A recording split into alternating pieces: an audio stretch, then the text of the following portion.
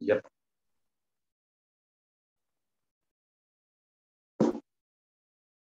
अस्सलाम वालेकुम दोस्तों, मोहम्मद फैसल नई वीडियो के साथ अपने चैनल हरकत में बरकत में आपकी खिदमत में हाजिर और मेरे साथ मोहम्मद ताहिर खान।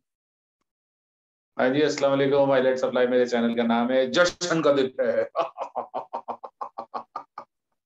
को बहुत ही खतरनाक किस्म की हो गई है। तो ज्यादा ही हो गई चीजें वैसे। यानी चीजें लेकिन नहीं, पहले मस्करा करेंगे फिर बाद में सीरियस बात करेंगे। हाँ। वैसे जो ट्विटर पे अमिताभ बच्चन का रिकॉर्ड बजा रहे हैं ना इस वक्त, लोग आप जाके चेक अच्छा। करें। हाँ, शोएब मलिक ने बराबर कर दिया ना के एल राहुल का रिकॉर्ड। हाँ 18 हाँ 18 बॉलों में 50 का और 210 आईएएस स्कोर था। तो हाँ वो तो नहीं तोड़ सके, लेकिन 18 शोएब मलिक का रिकॉर्ड बराबर कर दिया। हाँ। और वो सीरीज विन और पता नहीं क्या क्या बता रहा है, तो लोग बोल रहे हैं भाई वो सब कंसिडरेशन अपनी जगह है, लेकिन ये तो है इस वक्त आप सेमीफाइनल में भी क्वालिफाई नहीं कर सकते। मजा आ रहा। बहरहाल ये तो मजा है गेम का कि भाई जब एक जीतता है दूसरा हारता है तो लोग एक दूसरे के साथ इसी तरह की तफरियां लगाते हैं।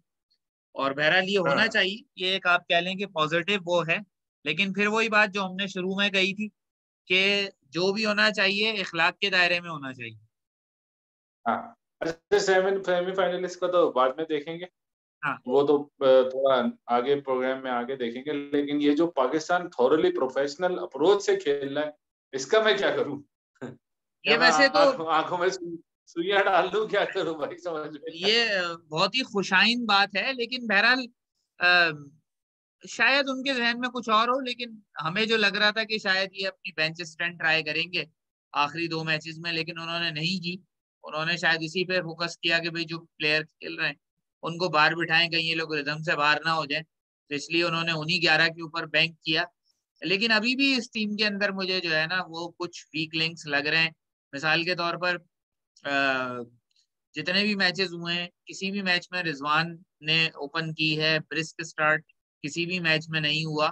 और बाद में हम्म। जो स्कॉटलैंड और नमीबिया ने दोनों ने मौका दिया कि आप उसको रिकवर कर सकें।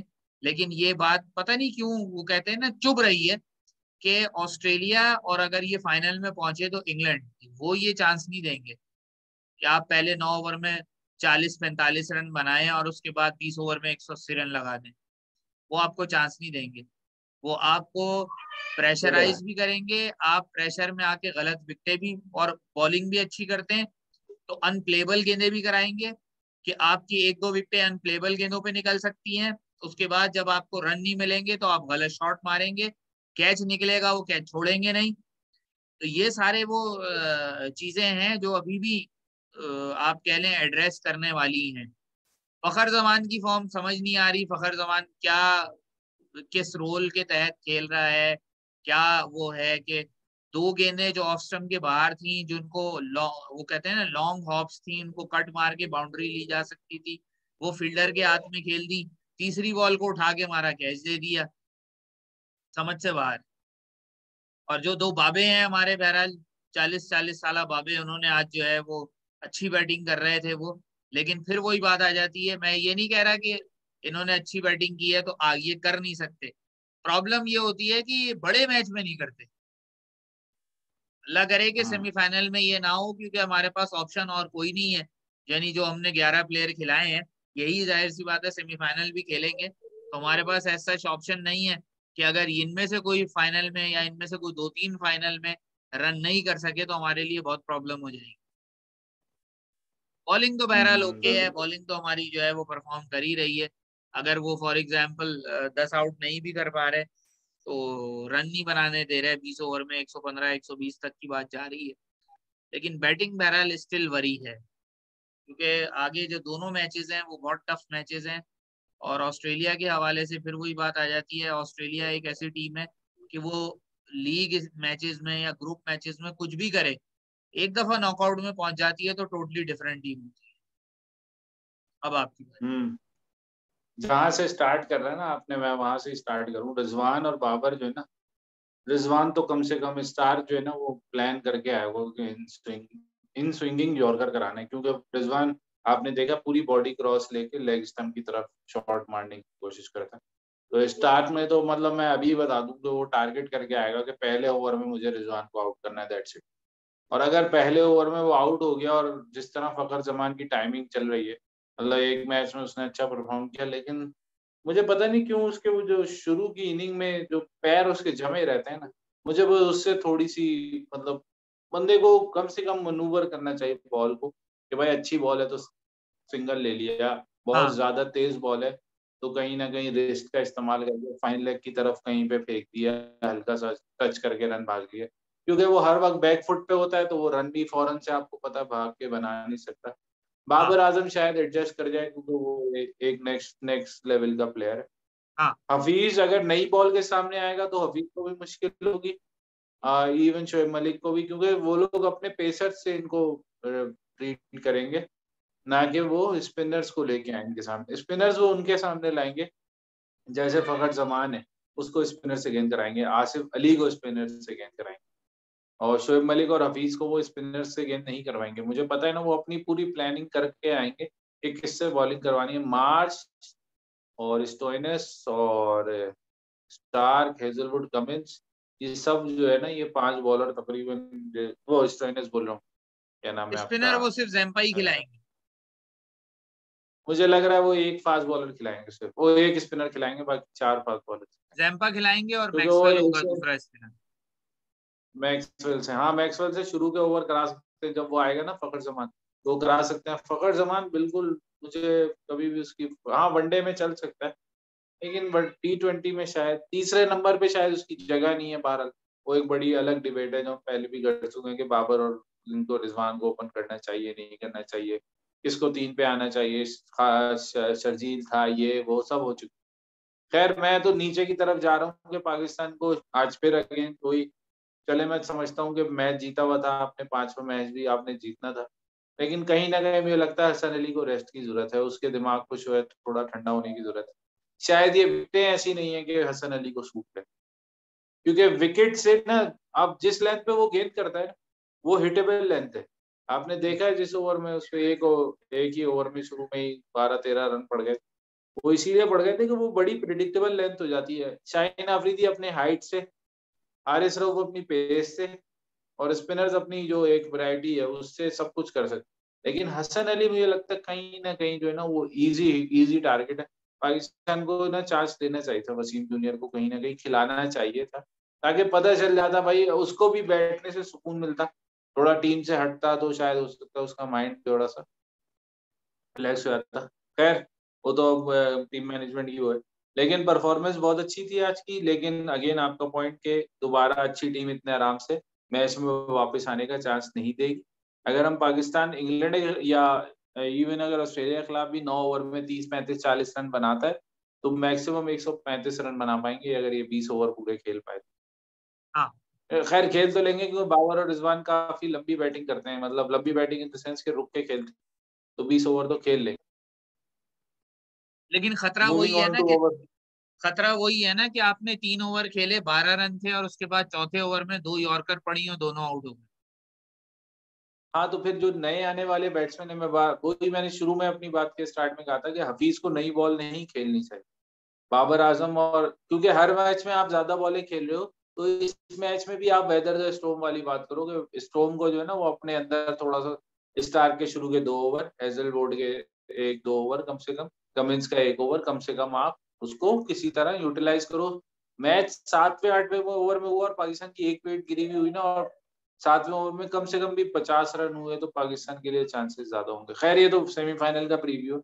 मैं बस ये कहना चाह रहा हूँ कि किसी तरह से पाकिस्तान को ना कोई नई अप्रोच लेकर आना चाहिए था आज के मैच, तो और थोड़ा सा हमें सेटिस्फाइंग विन लगती कि यार चलो नया भी कुछ ट्राई कर लिया और जीत भी गए अपनी जगह। खैर इन न्यूजीलैंड और अफगानिस्तान का आज मैच जो मैंने कल ही कह दिया था आपको, पहली बैटिंग अगर अफगानिस्तान करेगा तो 135 रन से ज्यादा नहीं, और न्यूजीलैंड ने तो थॉरली प्रोफेशनल, न्यूजीलैंड तो बिल्कुल लीड करके आए हुए थे सिचुएशन कि कैसे मैच को हैंडल करना है। बिल्कुल आउट ऑफ द बॉक्स सोचा हुआ डैरल मिचेल वाली जो ओपनिंग ओपन कराने का वो है, बिल्कुल आउट ऑफ द बॉक्स है, किसी को नहीं पता था कि वो ओपन करेगा, और देखें ओपन कर रहा है और स्कोर भी कर रहा है। हाँ, चलें अब दो सेमीफाइनल लाइनअप पूरी हो चुकी है, इंग्लैंड और न्यूजीलैंड है और पाकिस्तान और ऑस्ट्रेलिया है। तो मेरी ख्वाहिश है कि इंग्लैंड को न्यूजीलैंड हरा दे, हमारे लिए आसानी पैदा करे, और जो है मरूम तारिक अजीज याद आ गया मुझे इस वक्त। ये असल में अप्रोच है। आपने वो एक मैच इंडियन तो देखी होगी, 3 इडियट्स। तो 3 इडियट्स में वो जो मैंने युगांडा से स्टूडेंट आया होता है, चतुर रामलेनिगम, ये उसकी अप्रोच है कि खुद तो अपनी मेहनत करो ही करो, लेकिन दूसरे को भी डिस्ट्रैक्ट करो, ताकि वो भी रास्ते से हट जाए और आपके रास्ते में कोई रहे ही ना। मुझे जो लग रहा है ना, वो ये लग रहा है इंग्लैंड न्यूजीलैंड का मैच तो बहुत जबरदस्त हो, हाँ, क्योंकि हो सकता है, हो सकता है अगर विकेट में जरा सी भी जान हुई तो न्यूजीलैंड शायद वार्म अप वाली गलती ना करे, क्योंकि न्यूजीलैंड ना कहीं लगता है मुझे कि नीचे लेट ऑर्डर में ना नीशम के अलावा फिलिप्स भी है। मैच तो अच्छा हो सकता है, लेकिन प्रॉब्लम बस यही है, इंग्लैंड के पास जो है ना वो नंबर 1 से लेके नंबर 8 तक जो है ना वो हिटर है। 9 तक ये बड़ी प्रॉब्लम, जॉर्डन 9 आदिल तक ऋषभ, हिटर है। ये बड़ी सिर्फ प्रॉब्लम। वुड को बैटिंग तो नहीं आती। न्यूजीलैंड, हाँ, न्यूजीलैंड के पास जो है ना सिर्फ एक ही चांस है कि अगर वो पहली बॉलिंग कर ले तो चांस है कि वो बैटिंग करके मैच जीत सकते हैं, लेकिन अगर पहली बैटिंग कर ली ना न्यूजीलैंड ने, इंग्लैंड बहुत दूसरी ओवर यानी चेज में बहुत कम चांस देता है। और वो लेकिन लेकिन इंग्लैंड न्यूजीलैंड के पास भी अच्छे स्पिनर है, बस यहाँ पे इंग्लैंड का थोड़ा मुकाबला जो है थोड़ा इसलिए देखने वाला है। पाकिस्तान ऑस्ट्रेलिया वाले में बाद में जाएंगे, पहले न्यूजीलैंड ने फंसा देता है मैच। न्यूजीलैंड पता है कैसे फंसाता है? न्यूजीलैंड फंसाता है अच्छी फील्डिंग से, अच्छी मेथोडिकल बॉलिंग से। अब अगर बेस्टो जैसे हिट कर रहा है, या रोहित तो चलो अनफिट हो गया, मुझे नहीं लगता वो फाइनल हाँ, खेलेगा, रोए तो वो आउट ऑफ सेमीफाइनल द खेलेगा। टूर्नामेंट हो गया। हाँ, तो अगर फिर जो नेक्स्ट ओपनर आएगा वो बेस्टो ही आएगा। पेरिस्टो या मलान को ओपन कराएंगे बटलर के साथ।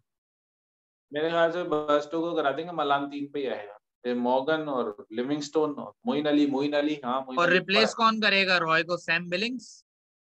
सैम बिलिंग्स के अलावा तो लग नहीं रहा। तीन कीपर हो खैर ये जाएंगे। वाली स्ट्रॉन्ग, हाँ स्ट्रॉन्ग लाइनअप होगी और मजा वाला मैच होगा। पहले पाकिस्तान का, पहले उसका है इंग्लैंड का। मेरा ख्याल है पहले इंग्लैंड का। हाँ, चले ये भी एक अच्छा ओपनर है। दूसरे सेमीफाइनल पे आ जाए पाकिस्तान ऑस्ट्रेलिया। अल्लाह खैर करे। हमारी कौम जो है वो बड़ी तो जज्बाती है इस वक्त, बड़ी खुश हुई भी है, और अल्लाह ताला ये खुशियां कायम रखे। लेकिन हम्म ऑस्ट्रेलिया बहरहाल जो है ना, बड़े मैचों में बड़ी खतरनाक टीम है, इसलिए इनको अपना गेम जो है मजीद बेहतर करना पड़ेगा ऑस्ट्रेलिया से compete करने की।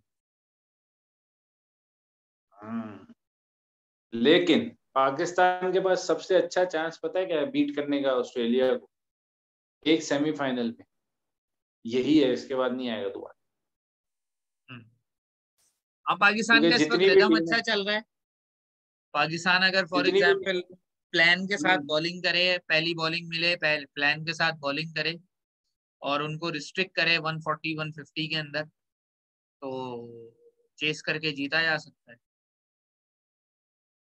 क्योंकि देखें अभी ये थोड़ा सा मैं टॉपिक से थोड़ा हट भी रहा हूं, लेकिन देखें तो बड़ी डिसअपॉइंटिंग परफॉर्मेंस है जो एशियन टाइप पिचेस के प्लेयर टीम्स हैं। India, Bangladesh, West Indies, Sri Lanka, बड़ी डिसअपॉइंटिंग पोजीशन है इस वक्त एशियन टीम्स के लिए और वेस्ट इंडीज के लिए, कि एक टूर्नामेंट जो कि तकरीबन मोरलेस आपकी फेवरेबल कंडीशन में, उसमें 3 फॉरेनर टीम्स है, वो भी अब हाँ, खेलते हैं, मुझे पता है, वो भी पूरी राउंड पूरी दुनिया में लीग्स भी खेलते हैं, और वो उनकी इंग्लैंड की आपको पता ही है एकेडमी की टीम्स आती रहती हैं दुबई में, खेल के जाती हैं, 2 2 3 3 महीने यहाँ पर खेलती हैं।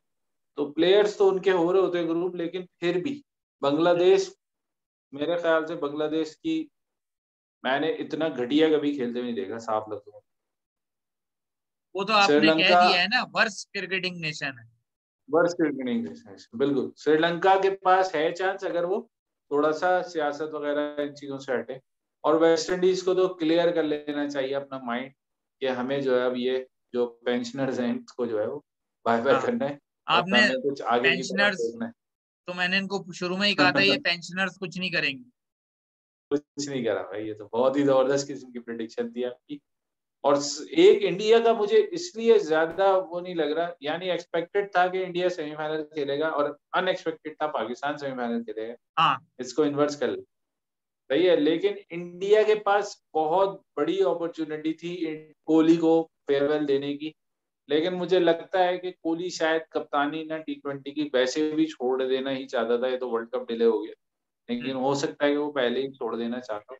उसकी सबसे बड़ी वजह यही है क्योंकि फ्रेंचाइज क्रिकेट में भी कामयाब नहीं है, 9 सीजन या 10 सीजन से मेरे ख्याल से वो कप्तानी कर रहा है, हम्म और फ्रेंचाइज क्रिकेट में भी वो कामयाब नहीं है। 2012 में शायद उसको कप्तानी मिली थी। हम्म तो आप किसी भी ऐसे देखिए, फ्रेंचाइज में आसानी होती है, आपको प्लेयर्स की लेवरेज होती है, किसी भी किस्म का प्लेयर आप खरीद सकते हैं, जो टीम को रिक्वायरमेंट है वो खरीद सकते हैं। उसमें ना जीतना और इंटरनेशनल टीम में ना जीतना, ये दो बड़े ब्लंडर है, क्योंकि दोनों जगह आपके पास टैलेंट का अबंडेंस होना चाहिए, होगा, हाँ लेकिन आप नहीं जीत रहे तो कहीं ना कहीं आपकी अपनी अप्रोच में ही मसला है, और हो सकता है कि ये उसको रोहित शर्मा को कप्तान बना।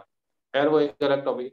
लेकिन इंडिया की डिसअपॉइंटमेंट इसलिए ज्यादा फील हो रही है कि आप अभी 15 दिन पहले वहां टूर्नामेंट खेल रहे थे, आपके मैक्सिमम प्लेयर इन्वॉल्व थे, तो हाँ आपको कहीं ना कहीं कोई बहुत बड़ा मेंटल सेटबैक आपको मिला होगा।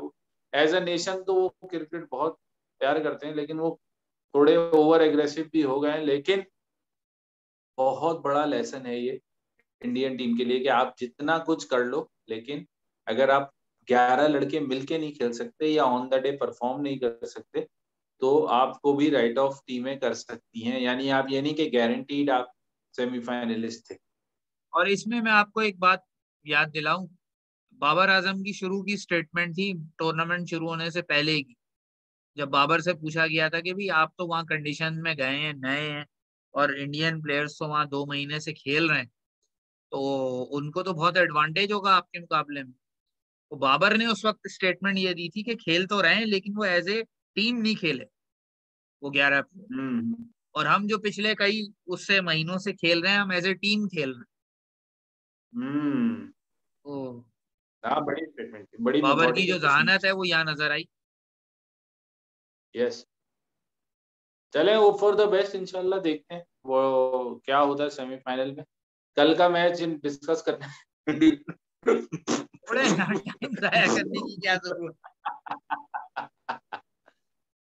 वो हमारे एक वो ये थे, तो बहरहाल ये किसी को वो ऑफेंस करने वाली बात नहीं है, लेकिन हमारे एक टीचर थे, कल का मैच बिल्कुल वैसे ही है कि हमारे ग्रेजुएशन में टीचर थे, उन्होंने एक सवाल पूछा, तो उस वक्त जो है वो जवाब नहीं दे पाया। 4 मिनट बाद मुझे जवाब याद आया, तो मैंने कहा सर मैं जवाब दूं।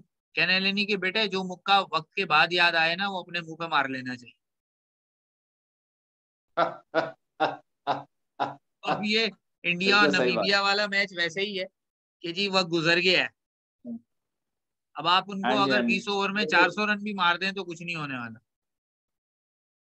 लेकिन हाँ, लेकिन अगर बस ये स्केजुलिंग का एक बहुत बड़ा वो है मसला।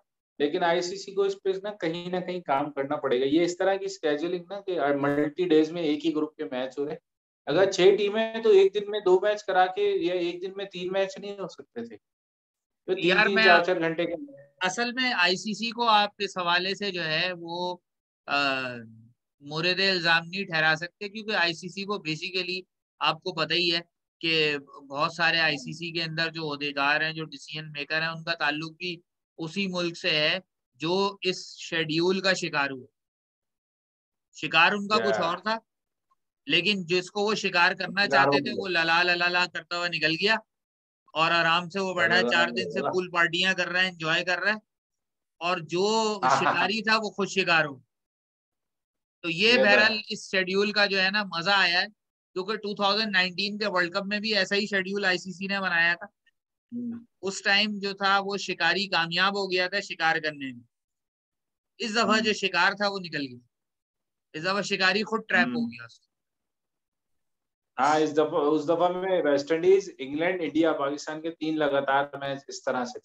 यानी अगर ऑस्ट्रेलिया, साउथ अफ्रीका तो उस ग्रुप में नहीं थे, इंग्लैंड इंग्लैंड भी तो उस पे था, सिंगल लीग पे। लेकिन शुरू के 3 मैचेस में पाकिस्तान 2 जीते, 1 जीता था, 2 हारा था। वहीं से ही पाकिस्तान का जो है प्रॉब्लम शुरू हो गई थी रन रेट।